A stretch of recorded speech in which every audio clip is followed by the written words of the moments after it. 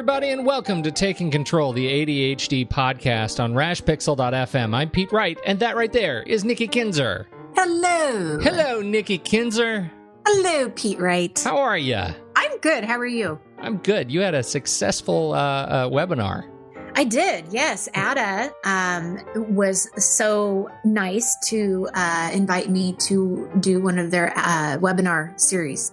Or not series, but just a webinar. Yeah, so yes, an event. It was an event. It was an event. So we may have some new listeners. Who knows? So welcome. Welcome. If you are coming from Ada, listening to us for the first time. Yes, welcome aboard. We're glad to have you. That's right. Captain Steubings up in the top deck there. Talk to Julie, your cruise director. Yeah. Gopher, right? Gopher. Gopher. Anyway, as much as our love for the Love Boat persists, we are going to talk about some ADHD stuff, and it's a tech episode, sorta. I'm pretty excited about this because, we're going back to school. Last week we talked about, back to school, ADHD, back to school. We had a wonderful guest from Impact ADHD, and she taught us all about what the parent's real job is, and it got me thinking about the tools and technologies and the systems we put into place to go back to school, but to learn stuff, to improve our memory and to improve our function when studying. And I think it applies so clearly whether you're in school, whether you're going back to college, whether you are at work. All of these things apply to good brain function. And I do have two apps to mention as well in keeping with the technology theme. So awesome. that's what I want to do today. Before we do that, head over to takecontroladhd.com, get to know us a little bit better. You can listen to the show right there on the website or subscribe to the mailing list, and you'll get a notification in email each time a new episode goes live. And you'll also be notified when Nikki does all these kinds of crazy, awesome ADA webinar events. So if you don't want to miss one of those, get on that mailing list. You can connect with us on Twitter or Facebook at Take Control ADHD and call us at 503-664-48DD to get your very voice on this very show. And finally, don't forget, it is still open enrollment season for Nikki's small group coaching that begins next month. So if you haven't done it yet, get your name on that list. If you're looking for some support of a wonderful, caring small group to help you through building your ADHD living systems, this is the place to do it. And that ends when? When does open enrollment close? It will close, I think it's like September 1st or 2nd. Coming right up. Yeah. Right. Mm-hmm. There you go. That's what we've got. Okay, are you ready? Are you ready to dive in? I'm ready, but I'm really tired. Maybe you have an excuse today because of your evening webinar yesterday, but that's where the excuses end. And so, I want to think about, I approach this by thinking about what are the things we do to ourselves to help us function better. And as it happened, we got an email from a wonderful listener, Katie from San Antonio, who says that she had taken the summer off from podcasts, but got back in the saddle and binged a little bit on us. Nice. To catch up on the podcast. I love being binged. We're like the Netflix. We're like the Netflix of podcasts. There you go. And she had written us with a question about sleep. And she says, I'm going to read just a little bit from her note here. She's definitely come to appreciate the importance of self-care and specifically a good night's rest. Though I'm 47, I become a tall 2-year-old without it. Despite this knowing, I have realized that my ideal of 8 unbroken hours of sleep each night sometimes eludes me more than I would like to due to various factors. Nighttime worries, medications, hormones, age, a random sound, ADHD, right? Those are those things. She says, I know that the simple answer is to try to get better sleep, and that's certainly a given. My question centers more around what we can do on days when that just hasn't happened, but we're under pressure to move, even though we feel like we can't, due to lack of a decent sleep or any kind of self-care for that matter. What would it look like to do our best on days when we feel less than our best? Thank you, Katie, for writing in with that question. It is inspirational. It is, and I can totally relate to it. Oh, yes. My. And I'm not kidding. I really am tired. But I I'm going to snap out of it so I can have high energy for the show. That's right. So there's a little bit of pretending going on, Katie. No, I'm kidding. But I do relate. And I have to tell you just a quick little story about something. Sure. When she was talking about random sounds at night. Well, for the longest time, we have this cat and she is a Siamese cat. And if anybody out there has Siamese, you will understand that they don't just meow, they howl, especially when they want something. And our cat is older. And so whenever she wants anything, she howls in the middle of the night. And this was going on and she would wake me up and then I wouldn't be able to go back to sleep for like an hour, sometimes even longer, because that's when I would start thinking about stuff. And it was just a big, huge mess. So I ended up moving the cat and I put her into the laundry room in the evening and made up a little bed for her and have a litter box in there and food and water and everything. And my kids thought I was just terrible. They were like, I can't believe you're doing this to Ellie. And I'm like, but you don't understand. I can't sleep. I can't sleep with her in my room because she's just so loud. Right. And so I totally get that. It's like I had to actually, move her out because every night I interrupted sleep and it was awful. So I totally get it. Yeah, totally it's terrible. Understand. And once you go down that road of having the disruption begets more disruption. Suddenly you notice everything. Suddenly you start feeling that daytime anxiety that you hope to shield yourself from while you are asleep. And that becomes really, really hard. I think our approach, though, and this is to Katie too, that sometimes there's just not much you can do. Right. When you are physiologically compromised, you are a zombie, and the very best you can do is just try to make it to night again. When you can go to sleep again. Sometimes that's just the way it is. And coasting, relying on adrenaline or stimulants will help you coast through doing the best you can do. But you need to know what is actually broken when you don't have good sleep. And that's where it came to mind to talk about sleep as a function of studying. And when you are trying to integrate new learning, that's where this really has an impact. So there is a wonderful study that refers to the crippling chain reaction of bad study habits. It leads to poor grades, poor performance at work, and poor health. And it all starts with sleep. And how researchers are coming to understand that sleep affects learning and memory. Because we know because of how we feel that a lack of sleep impairs a person's ability to focus and learn, right? I can tell you that when I don't get a good night's sleep, I'm foggy. That's how I describe it. I'm foggy, I'm a zombie, whatever those words are. But sleep is necessary to make the work that we did yesterday stick so that it can be recalled in the future. So what kind of memories are we talking about? There are three kinds of memories that we're thinking about when we go through our day, right? There's facts and figures, data that you're trying to remember. Maybe it's the names of the capitals of all the states for anybody who still does that. Is that a thing? It is in school for like young ones. I think it's called the internet. I thought we just skipped learning those kinds of things. Anyway, facts and figures, times tables, those kinds of things. Then there are episodic memories. Those are like bike accidents and your first kiss, right? There are things that happen that are tied to a specific event, a specific episode that are non-repetitive generally. And then there are procedural or instructional memories. These are memories that go along with like learning to play the drums, or here's a new computer system, a new HR system, or finance or planning system, or things you're learning how to do. Those are procedural or instructional memories. And there are three things that have to happen for memories to stick, right? Number one is acquisition. That's the act of actually taking in the new information and putting it in your brain the first time, right? The second is consolidation, that memories have to become stable in the brain so that they can, number three, be recalled later. So acquisition, consolidation, and recall. It's a pretty simple process. Two of those things, number one and three, acquisition and recall, those are things that happen while you're awake, right? You acquire the information while you're awake, and then you need to recall it while you're awake, unless you're talking in your sleep, and that's a whole different thing. Consolidation, however, happens at night while you are sleeping. So if you're working on a big project on one day, or a big presentation you need to deliver the next day, it is more important than ever that you get a good night's restful sleep, because the work that you do on Thursday will come back and repay you in spades on Friday. You will be able to recall all of the new information, the memories that you need to recall when you need to recall them, and perform at your best. So, to Katie, when you don't get a lot of sleep, know that function specifically is broken.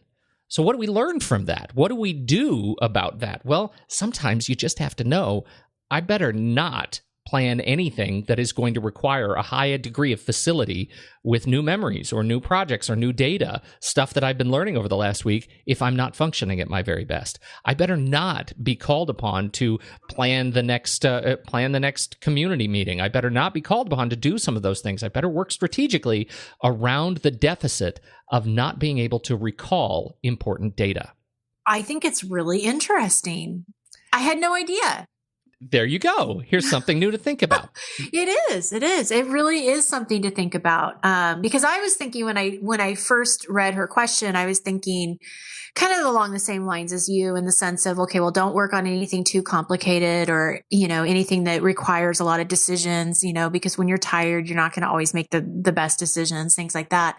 But this really kind of puts a little bit more science behind it, of why that may be the case. So that's really interesting. Yeah, because the thing that we describe as fogginess is often quite specific. Like we actually can't remember something. That's the fog, right? We have a sort of abstract descriptor for what is actually a something that we understand. This is settling science, that we understand how this works. But here's an interesting thing.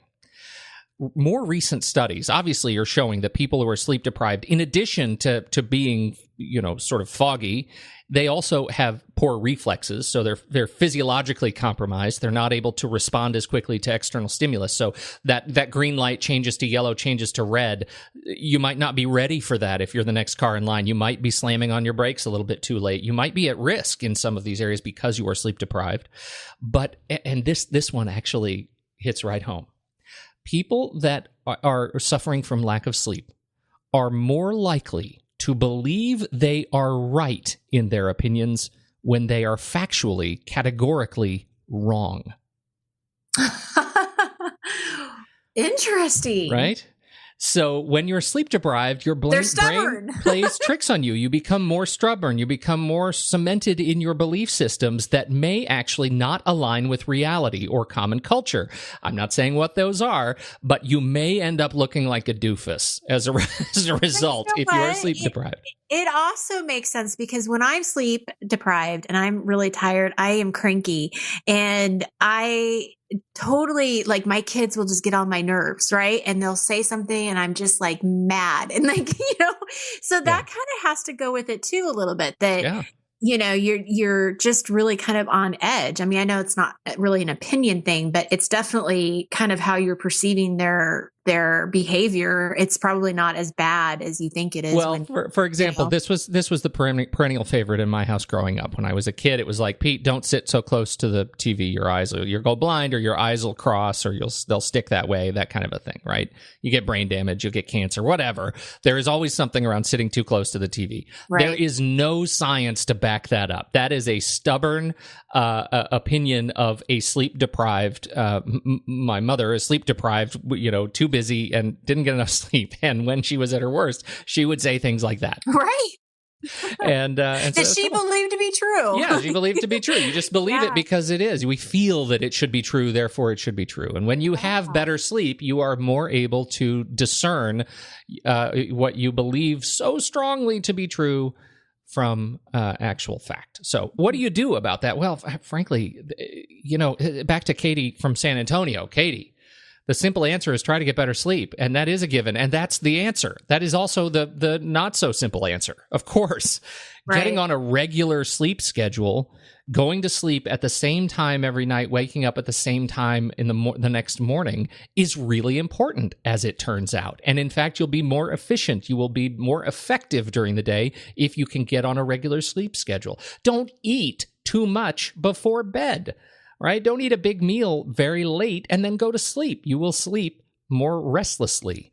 Right? No caffeine before bed. And now the research is coming out saying it used to be, for a long time, it was like 4 hours before bed, don't have any caffeine. Now they're saying, if you're planning a 9 or 10 o'clock bedtime, don't have any caffeine before afternoon, right? Don't have that lunchtime coffee or your Diet Coke at 4 o'clock in the afternoon, because that caffeine is still in your system and it will help you. It will decrease the odds of you getting a restful sleep. Now, everybody's different physiologically. You may have a better ability to internalize those stimulants, and process those stimulants. But generally, you want to be aware that your intake of caffeine may be impacting your sleep in ways that you can't necessarily feel until you get it out of your system.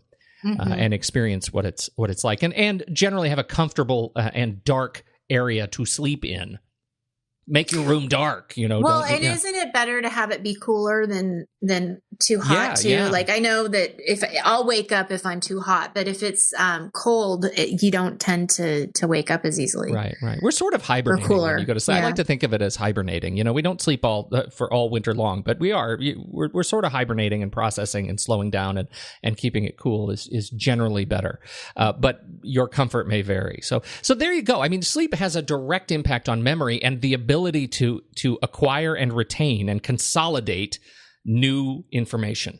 Don't take study aids, no-dose, energy drinks. You don't want to get into a habit of counting on these kinds of stimulants to get yourself through the day. And this is real trouble. If you've been prescribed medication for your ADHD, absolutely do as you will with your doctor's order. But in looking up research around this topic, I started with a conversation I had with a therapist at Vanderbilt, who is a dear friend of mine, and we talked about some of the things he deals with in his patients who come in, and he was talking about a dramatic increase in the number of parents who are coming into his clinic to work on their drug problem because they started taking their kids' ADHD medication. Supported by the Pacific Treatment Services in California estimates that 15% of parents are addicted to the same ADHD drugs as their kids. They start taking it out of their kids' stash of ADHD drugs because they think it'll get them through the day, and they become addicted to it.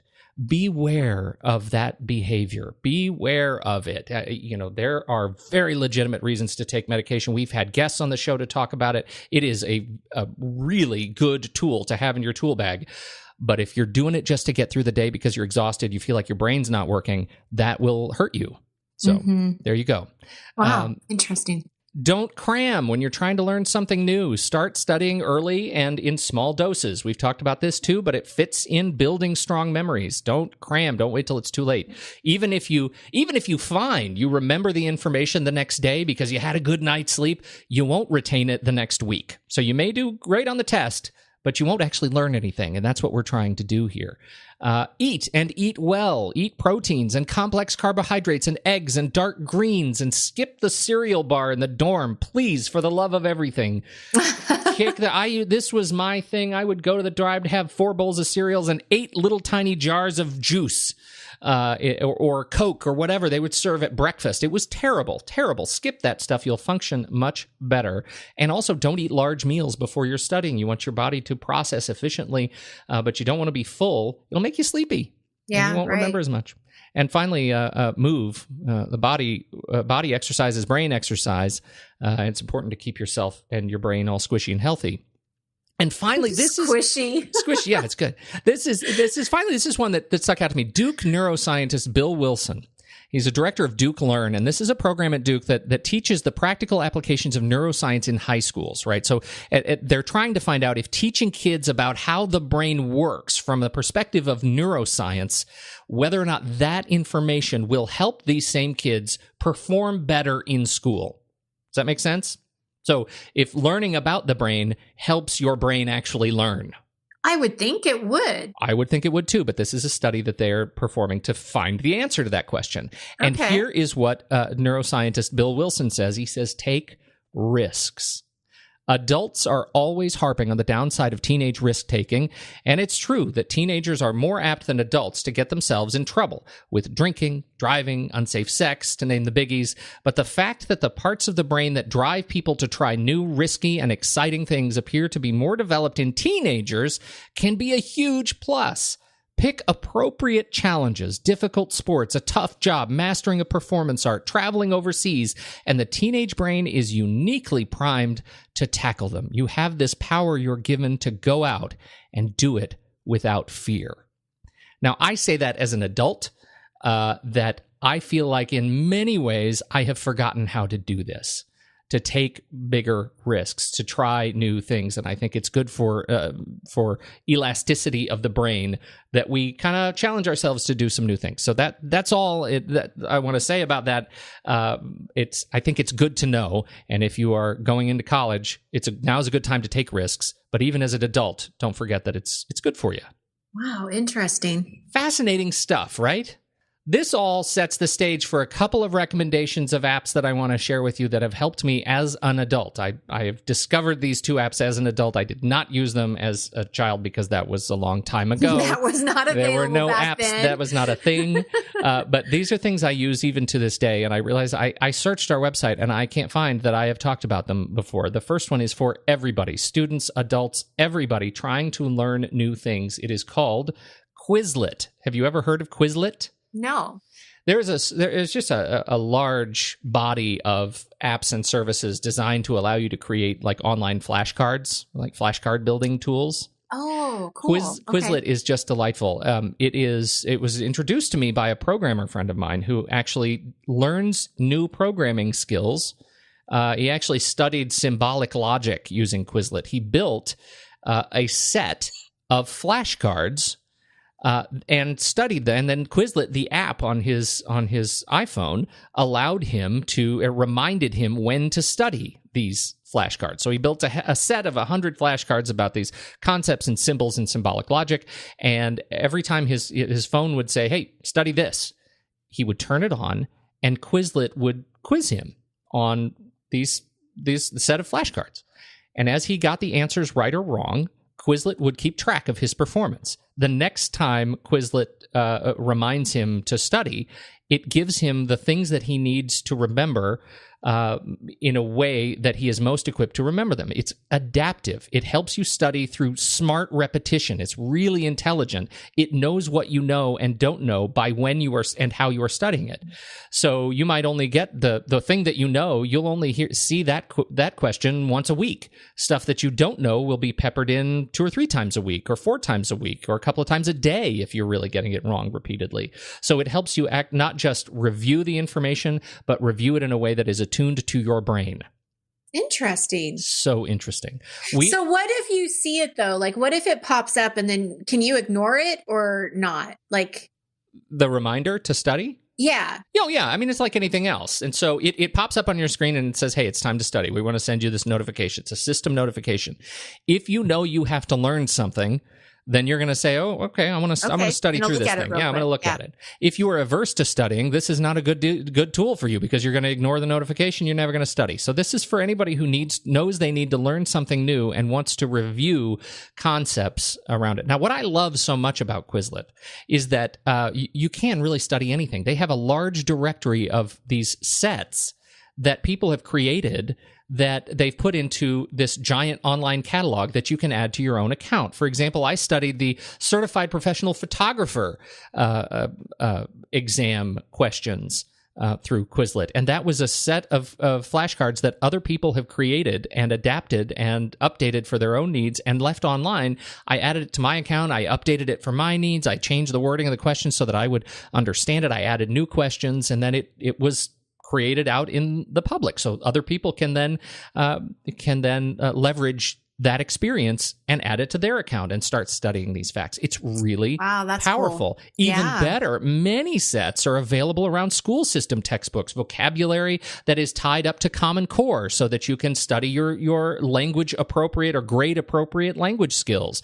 And so it is a fantastic, in addition to just being a generic learning tool for anybody, adults and kids alike, it's a great academic tool because there has been a large investment of professionals, academics, educators building sets in Quizlet to help you learn important topics. It is free, and there is a pro plan available for $19.99 a year that adds some extra measurement tools. It's a really valuable service. Quizlet, it's great. You need to check it out. So that's the first that I want to recommend. The second is called iStudiez Pro, and it's iStudiez Studiez Pro. Now, this one is for students, high school and college primarily. This is a tool that allows you to really, as they say, take charge of your education. It is a single app available cross-platform that ties it ties all your homework, all your course schedule, all your tasks, and even your ongoing grade point average in one app, and reminds you not just where you have to be, but what you have to do and when you have to do it in your course of study. It was recommended to me by one of my students who had suggested that it might be useful to other students that I have, but he is a student who graduated and still uses iStudiez Pro to organize his work around his meetings and tasks that he needs to deliver at work. And so it is apparently quite an addictive app once you get used to it. It syncs with all of your appropriate reminder and calendar systems. I invite you to check it out. It comes highly recommended from students at istudentpro.com. Check that out. There you go. That's what I have. Some thoughts, I like it. Thoughts on health and 2 great apps. That's how I want to wrap it up today. Any questions? How'd I do?